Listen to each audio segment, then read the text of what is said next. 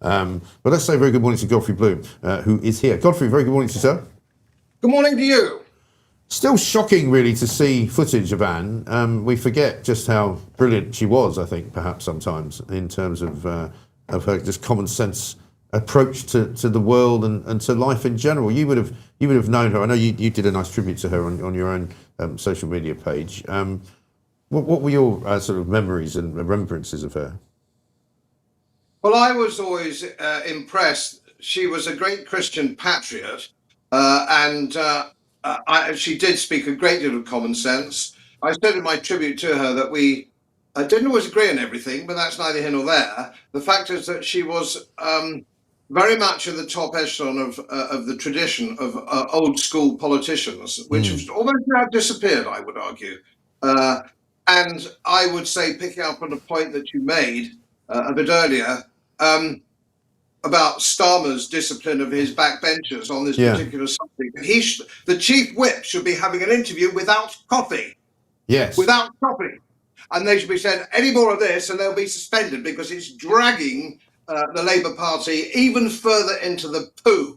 And this kind of behaviour, this kind of speaking from people who clearly have no moral compass, and I would suspect not the benefit of a traditional education. Yes, I think that's right. Because we do have now, I would say, a very kind of rude society, don't we? I mean, I've noticed it just walking around the streets of London, where people are not as generous to each other, just in terms of getting out of each other's way, or, you know, pushing ahead of people, pushing in front of people. You know, people don't seem to have any manners anymore. And I know that people will say to me, well, what's wrong with you, you silly old fool? You know, there's more to life than manners. Well, I don't think there is, actually. And even driving, you know, you get an awful lot of people, and I have to say many of them don't look as if they're from here. They don't seem to understand the rules of the road. The number of people now who drive straight out in front of you when you're coming from their right, and they don't seem to know that you're supposed to give way on roundabouts, all of that kind of thing. You know, it all feeds in, for me, to the same, lack of standards that we seem to have suffered from now. Well, I entirely agree. And of course, the motto for the Wickhamist is "Manners maketh man." And they do. That's what distinguishes them, the beast in the field. And you're quite right. We seem to have lost that, especially in the big cities. But let me make a little observation on this. I've been on a coastal path walking in Wales. We go every year to walk the coastal paths in Wales. If you go to Mid Wales or West Wales or North Wales, even, I can't speak for South Wales because I don't know it, you will find old world courtesy is still there, very much so.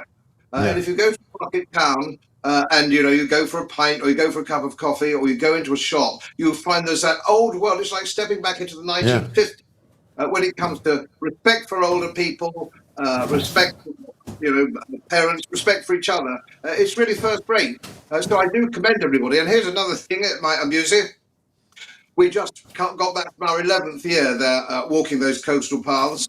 I have never been in rain in Wales. It has really burnt us. The sun's been shining for 12 years in a row. So don't imagine that the weather isn't very good. The weather is good, the scenery is fantastic, and the people are polite. I have no Welsh blood, incidentally, but that's just a fact. Yes, I saw as well from your post that you saw the bish while you were there as well, which is always a good idea. I gave him lunch. We took a cottage, we gave him lunch. It was wonderful to actually see him not on a face to face in real life, as opposed to Zoom and all the rest of it. A very impressive man indeed. Again, we don't agree on everything by any means. But I know a man of conviction when I see one and when I speak to one, and more power to his elbow. And in fact, I know you've made him your padre on your show. I've made him we've always had a traditional padre at our cricket and croquet club, to which I'm president. The reason I'm president is because I voted myself in. And he's very kindly taken up that role as well, taken over from a Christian padre, a Church of England padre, who got fed up with the Church of England and moved to the Greek Orthodox Church, who was also my regimental padre when I was in the army. So yes, I'm very pleased to get him on board. And he can do little jobs for us, like baptise, the next generation at the clubhouse.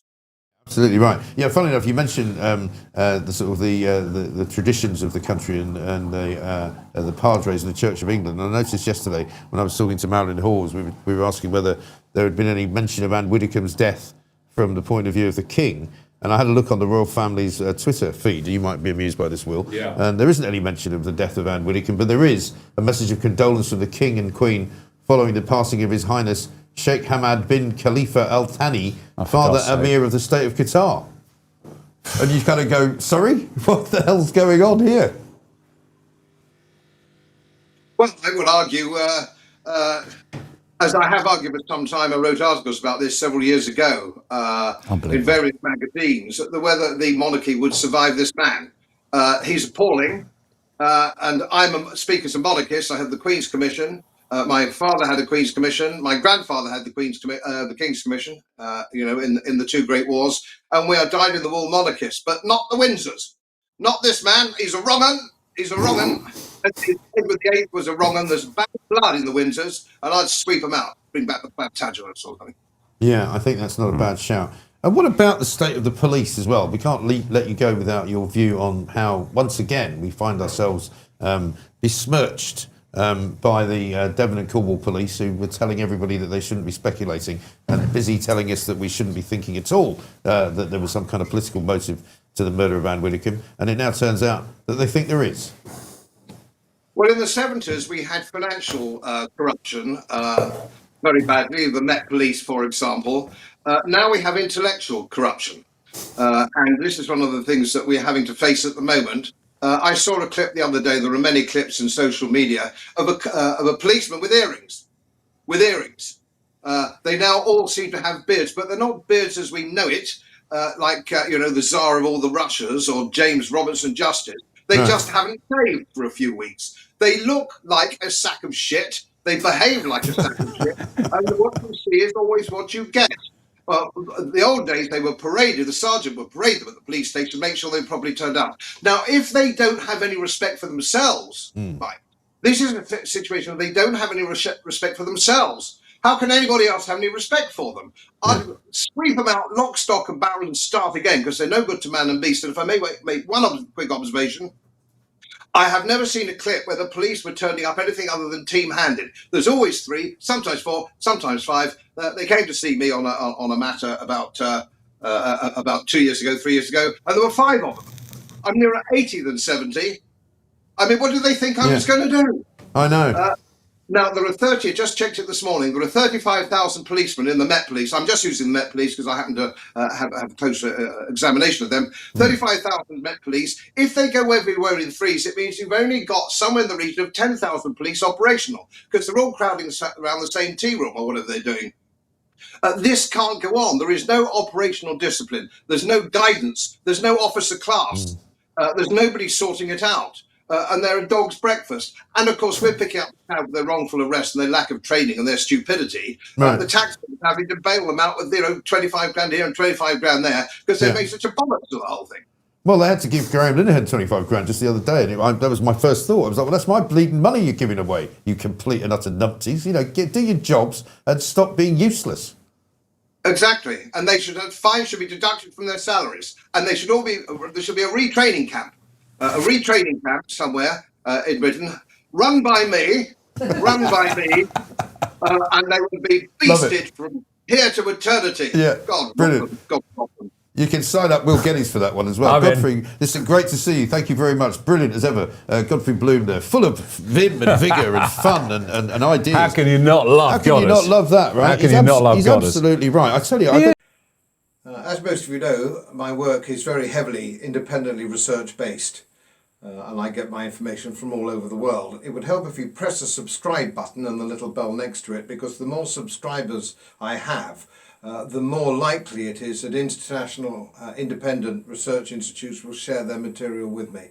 It's most helpful, and then of course I automatically share it with you. So, surprise, won't cost you anything. Thank you very much.